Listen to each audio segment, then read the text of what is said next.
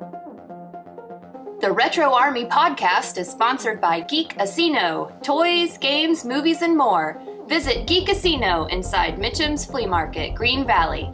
And special thanks to Geek Approved Comics. Hey guys, welcome to the Retro Army podcast. I'm here with the one, the only, Stephen Hensley. Stephen Hensley in the house. And we are here in what appears to be the Comic Cave. The Comic Cave of Awesome. The Comic Cave of Awesome. So when we get back, we're going to talk about the Comic Cave of Awesome. We're going to talk about some comics.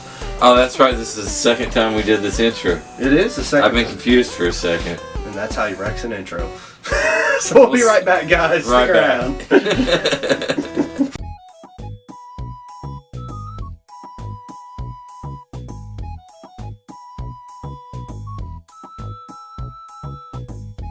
Hey guys, welcome back to the Retro Army podcast. I'm your host, Kevin Moore. Stephen Hensley here reading comics because he's kind of like the comic guy now.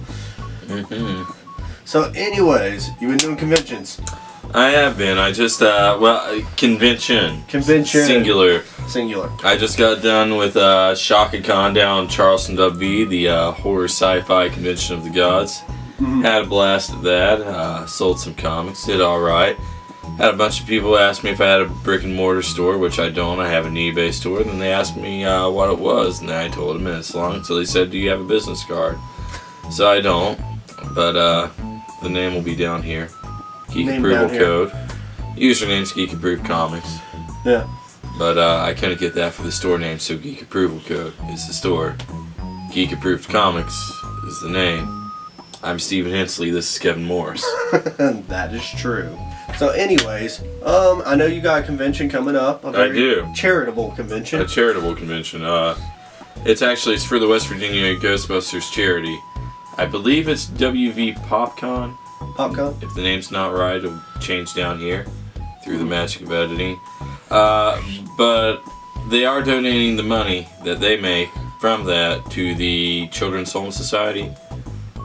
I mean, it's for children. It's for children. It's a good cause. It's a really good cause. So if you vend stuff, you sell comic books, you want to compete with me, I might kill you in the parking lot. But before you get killed and murdered in the parking lot, I steal your inventory and sell it inside. Drop $30. It's cheap. That's cheap for a table at a convention. That's stupid. That's like yard sale Hundreds of people there, at least. You never know. That's a yard sale license in like New York. Oh my lord. That is easy to make up profitable, and so you should come down. You should vend out of that. Sell your wares. Now, since we're here and we've talked about your eBay store. Yes, sir. You probably have a few things on there right now. Yes or no? I have nothing on there right nothing now. on there right now. Well, before the convention, I didn't want to tie too much of my inventory to the eBay store. You know, I timed it all out, sold everything I could before I went to Cincinnati. And then I took that money, spent it up there, came back, posted some quick stuff to cover my seller fees for the month, and then everything else I took to Shaka Khan. I gotta start posting some stuff again in a week. So maybe by the time this is up, I'll have started that up again. What would you say in the comic book world right now the trend's leaning towards? Like, what characters are still? Is it still the Supermans and Batmans of the world being the best sellers, or has it shifted to alternative media like horror comics or something like that? I mean, it's really a hodgepodge. Of course, The Walking Dead is the most coveted thing you could find on the planet. The Walking Dead comics, the early Walking Dead comics. Gotcha. So in that aspect, sure, that's definitely brought in more horror fans than, say, the 90s. But I don't think horror is less popular in comics than it, say, was. I feel like horror comics were very popular during EC's heyday before the approval code cracked down. Yeah. I think horror comics have always been popular. I'll tell you what I do think is the trend in comics that's been very noticeable for the last 5 years that's much more significant. So there's been an absolute shift in the focus on female characters in comics. They're infinitely more popular over the last 5-7 years than they were at any other time during my life or before. Yeah, so trending now, female. Gwen Stacy is infinitely more popular than Peter Parker these days. Well, yeah. She's not even alive in regular continuity. I don't think she is. You know, I never know. I'm catching up on about 10 years of comics myself. I just fell back in on the wars. See, I haven't been reading comics in forever, but I do watch some of the comic-related shows. You know, well, like Arrow, Flash. Gwen Stacy has the alternate reality thing that came out with all the Spider-Verse stuff. Yep. The Spider-Gwen's huge popular. And Gwenpool. Okay, so that leaves us to the burning question. And Squirrel Girl. Squirrel Girl's huge popular. That's a whole different story. Yeah. I love Squirrel Girl. Squirrel Girl. We'll have to talk about that another Eats time. nuts, kicks butts. Are you more of a Marvel fan or a DC fan? It depends on when you ask me that question. When I was a kid, it was Marvel. The first story arc I ever collected completely was the Phalanx Covenant, which they used to launch Generation X. The first major story arc I collected was the Age of Apocalypse, the original one. All 40 plus issues. And let me tell you what a chore that was for a teenager with next to no freaking money every week. Like everything. Everything I spent went to collecting that. Having said that, these days, with the exception of some of the female characters, some of the more lighthearted fare, I vastly prefer what DC's been doing recently. The Rebirth storylines are killing it. They are.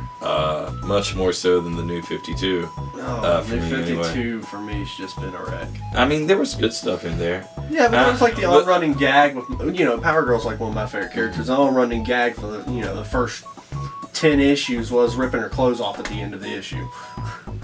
I mean, that was pretty rough. That was a kind of a spit in the face to the fans. That was in the New 52? Yeah. Huh. Go. Huntress Power Girl, yeah. I gotta go read some more Power Girl. You didn't notice? See, that pissed me off. Because, I really like Power Girl. Power Girl's always that strong female lead. She doesn't care what people think. Even with the little window there showing the cleavage, she doesn't give a damn. It's like eyes up here, cool. A positive role model. Even though, they don't dress her that way. She's a positive role model. It's kind of like watching wrestling now. The women's division on, Raw, huge, awesome. But we talked about wrestling the first podcast I ever did. The first and the second time I was on. Yeah, second time you were on. This is your third time on. So I've been on We're tied. Yeah. I can't cuss on my show though. That's the funny part. The talent exchange program has worked. Yeah. It's we got a talent exchange program. It's like New Japan and oh my gosh, Ring of Honor. There you go. Got it out. We're still in the Bullet Club around. Yeah. But yeah, so check out eBay, your store again. Geek Approved Comics. And then he's going to be at conventions near you soon. WV PopCon at Civics here on November 12th. And we are out of time, guys. So thank you so much for watching. Out of time. So late. Your wife's going to be so mad. Oh, that's okay. I got DeLorean outside. I'll just swing back to the future. Damn. Into the past, future. I'm already confused. I'm confused. I'm confused too. I frequently feel like I fall through time all the time. Well, we thank you guys for watching as we fall through time tonight. This is Stephen Hensley. I am Kevin Morris, and on behalf of Indy, y'all have a wonderful, wonderful evening, and thank you for watching the Retro Only Podcast. Stephen Hensley right here.